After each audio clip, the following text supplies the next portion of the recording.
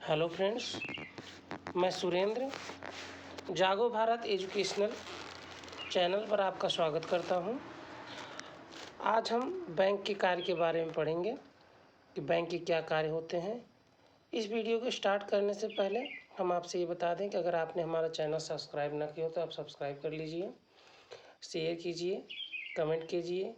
आपको ये वीडियो पसंद आए या ना पसंद आए, लाइक या डिसलाइक करके हमें ज़रूर बताइएगा, जिसमें हम आवश्यक सुधार किया करें। सबसे पहले हम प्राथमिक या मुख्य कार्य। बैंकों के 3 प्रकार के कार्य होते हैं। पहला प्राथमिक व मुख्य कार्य, दूसरा एजेंसी संबंधी कार्य, तीसरा विविध कार्य। हम पहला प्रारंभिक या मुख्य कार्य देखेंगे। प्रारंभिक या मुख्य कार्य क्या है? पहला जमा राशि स्वीकार करना। जमा राशि हम बैंक विभिन्न प्रकार के बैंक खाते खोलकर स्वीकार करते हैं, जिसमें पहला है बचत बैंक खाता। बचत बैंक खाता ये ऐसे खाते होते हैं जिसमें मध्यम वर्ग और थोड़ी आय वाले व्यक्तियों के लिए ये होते हैं, जो अपनी अल्प बचतों को बैंक में जमा करा सकते हैं। इस खाते में रुपया सप्ताह में कितनी भी बार जमा किया जा सकता है, लेकिन उसे निकालने का अधिकार सीमित होता है। ऐसे खातों में जमा राशि पर ब्याज दिया जाता है। अब आपको जानकारी के लिए बता दें कि 1 अप्रैल 2010 से बचत खातों पर ब्याज की गणना प्रतिदिन के आधार पर की जाती है। दूसरा है चालू खाता। चालू खाता ऐसे खाते होते हैं जिसमें एक दिन में आप कई बार रुपया जमा कर सकते हैं और कई बार आप रुपया निकाल सकते हैं, ठीक है। लेकिन इसके विपरीत बचत खाते में आप रुपया तो जमा कर सकते हैं कई बार, लेकिन निकालने की जो सीमा होती है, टाइम सीमित होती है। तो चालू खाते में आप रुपये कई बार निकाल सकते हैं। ये ऐसा खाता प्रायः व्यापारियों, उद्योगपतियों तथा व्यावसायिक संस्थाओं द्वारा खोला जाता है, क्योंकि उन्हें दिन में बार बार पैसे की ज़रूरत पड़ती है और लेन देन करना पड़ता है। इस प्रकार के जो खाते हैं उस पर बैंक जमा पर अब कोई भी ब्याज नहीं देती है, बल्कि बैंक व्यय के रूप में व्यापारियों से पैसे वसूल किए जाते हैं। तीसरा है सावधि जमा खाता। सावधि जमा खाता एक निश्चित समयावधि के लिए होता है। 1 वर्ष, 2 वर्ष या 3 वर्ष के लिए खोले जाते हैं। इसमें पैसे जमा करने पर आपको एक सावधि जमा रसीद भी प्राप्त होती है। जमाकर्ता चाहे तो पूर्व निर्धारित अवधि से पहले भी अपनी धनराशि वापस ले सकता है, लेकिन अगर वह धनराशि वापस लेता है तो जमा पैसे में से कुछ पैसे काट कर उनको वापस किया जाता है। लेकिन जो आवर्ती जमा रसीद होती है, जो सावधि जमा रसीद होती है, उस पर बैंक से आप ऋण भी ले सकते हैं। तीसरा है गृह बचत खाता। इस खाते का उद्देश्य है जनता में मितव्ययिता को बढ़ावा देना, जिससे कि लोग खर्च कम करें। जो छोटे छोटे बच्चे हैं और घरेलू महिलाएं हैं, वो गुल्लक रखती हैं। उन गुल्लक में जो पैसे रखते हैं वे छोटे छोटे बचत पैसे होते हैं, जिसको गृह बचत खाते के माध्यम से बैंक जमा करते हैं और उस पर ब्याज देते हैं, ठीक है। तीसरा है प्रतिदिन बचत जमा खाता। तीसरा है प्रतिदिन बचत जमा खाता। प्रतिदिन बचत जमा खाता ऐसा है, कुछ बैंक ग्राहकों को आकर्षित करने के लिए इस प्रकार की सुविधा प्रदान करते हैं। कुछ बैंक इस प्रकार की प्रतिदिन बचत जमा खाता, इसमें से ऐसा इस खाते में ऐसा होता है, बैंक किसी व्यक्ति को नियुक्त कर देता है कि वह सबके घर घर जाकर जमा एकत्रित करे और उसको बैंक खातों में जमा करें। 2 या 3 वर्षों के बाद जब अवधि पूर्ण हो जाती है तो उस समस्त राशि पर बैंक ब्याज देती है और सावधि जमा खातों के माध्यम से अगर ग्राहक चाहे तो उसको बैंक में फिर से जमा कर सकता है या उस पैसे को निकाल सकता है। तीसरा है आवर्ती जमा खाता। ये खाता जो है कि 5, 15, 10, 15 व 20, 25 के गुणकों में होती है। इस पर ब्याज दर समय अवधि पर निर्भर करती है। निश्चित समय अवधि के पूर्ण होने पर खाते में जमा धनराशि ब्याज सहित वापस कर दी जाती है। आजकल यह खाता काफ़ी लोकप्रिय हो चुका है। इसके बाद है वार्षिक या सेवानिवृत्ति योजनाएं। इसमें हम आपको बता दें कि ऐसे खाते होते हैं जिस पर जमाकर्ता को एक निश्चित धनराशि एक मुश्त या किस्तों में जमा करनी पड़ती है।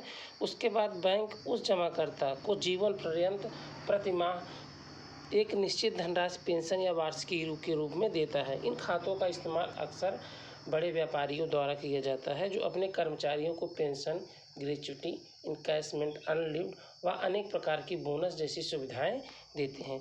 चौथा है अन्य जमा खाते। अब अन्य जमा खातों में बता दें कि बैंक अनेक प्रकार के जमा खाते खोलते हैं, जैसे हो गया जुबली प्लस अकाउंट जो वरिष्ठ नागरिकों के लिए है, सुपर शक्ति अकाउंट जो महिलाओं के लिए है, पावर किड्स अकाउंट जो बच्चों के लिए है, सुपर सेविंग्स खाता, सिल्वर सेविंग्स अकाउंट, पेंशन खाता, रोमिंग करंट अकाउंट व्यवसायियों के लिए है, डीमैट खाता जो एक स्टॉक एक्सचेंज में काम करने वालों के लिए है, एनआरआई जैसे अनेक प्रकार की सुविधाएं बैंक देती हैं।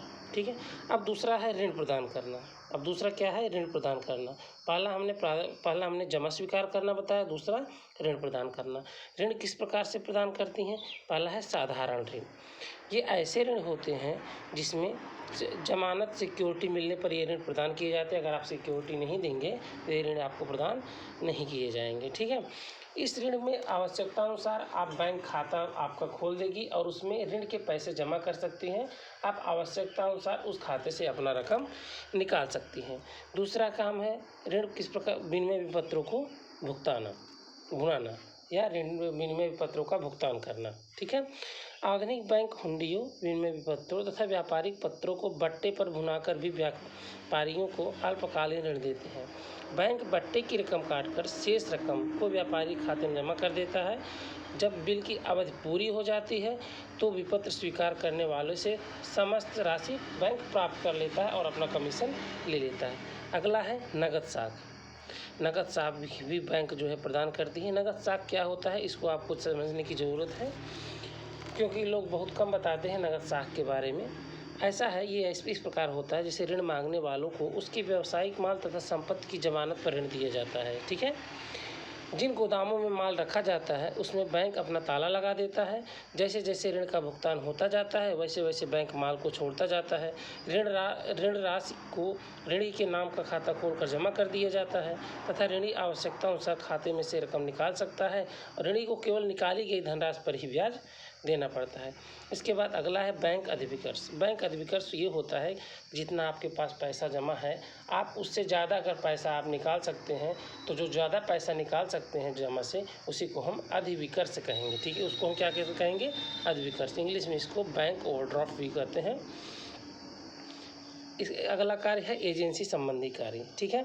एजेंसी संबंधी कार्य हम देखेंगे। एजेंसी संबंधी कार्य क्या है? धन का हस्तांतरण करना। दूसरा कार्य है बैंक की ओर से साख पत्रों का भुगतान करना, एजेंसी संबंधी कार्य है। तीसरा है ग्राहकों की ओर से अन्य भुगतान भी करना, चेक, बिल व हुंडी का भुगतान करना। इसके बाद है ग्राहकों से भुगतान प्राप्त करना, ट्रस्टी प्रबंधक आदि के रूप में कार्य करना, आर्थिक स्थिति की जानकारी देना, अंशों प्रतिभूतियों का क्रय विक्रय करना, वित्तीय परामर्श देना, अंशों व ऋण पत्रों का विकोपन करना। अगला है विविध कार्य। विविध कार्य में क्या है? बैंक विदेशी विनिमय की व्यवस्था भी करते हैं। बैंक मूल्यवान वस्तुओं को अपने लॉकर के माध्यम से सुरक्षित भी रखते हैं। बैंक समाशोधन गृह का भी कार्य करते हैं। बैंक व्यक्तिगत साख की सुविधा भी प्रदान करते हैं। बैंक की क्या मतलब किसी व्यक्ति की क्या साख है, किसी व्यक्ति की क्या लॉयल्टी है, इसके आधार पर भी बैंक अपने ग्राहकों को ऋण देती है, साख सुविधा प्रदान करती है।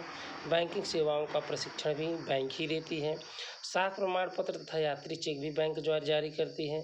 साख निर्माण का कार्य भी बैंक करती है। अब हम आपको पहले साख निर्माण बता दें क्या होता है। साख निर्माण ये होता है कि जो भी पैसा हमारे पास जमा है, जो भी पैसा किसी बैंक के पास जमा है उससे अधिक वो उस पैसे का उपयोग कर सकती है तो उसको क्या बोलते हैं? साख निर्माण खाते। इसका मतलब जैसे कि 2000 रुपये हमारे पास है, अब हम उस 2000 रुपये से 20,000 रुपये का काम कर लें जो काम कर लें जो 18,000 रुपये हमने अधिक काम किया है, इसी को हम साख या क्रेडिट कहते हैं। ठीक है। अगला है सूचना व आंकड़े एकत्रित तथा प्रकाशित करना, दान राशि का संग्रह करना। चौथा है व्यापारिक बैंकों के अन्य आधुनिक कार्य व सेवाएँ। ठीक है। आधुनिक कार्य क्या है?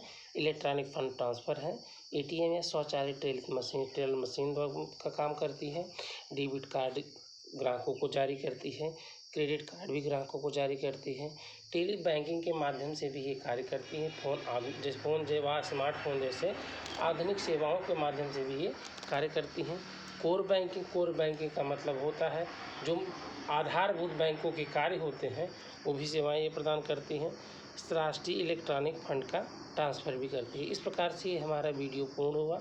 अगर आपको इस प्रकार के वीडियो अगर आपको प्राप्त करने हैं तो हमारे चैनल को शेयर कीजिए, सब्सक्राइब कीजिए। हाँ, अगर आपको वीडियो पसंद आए तो लाइक कीजिए, नहीं तो डिसलाइक कीजिए। कमेंट आप ज़रूर कीजिए अगर आपको वीडियो अच्छे लगते हैं। ठीक है, धन्यवाद।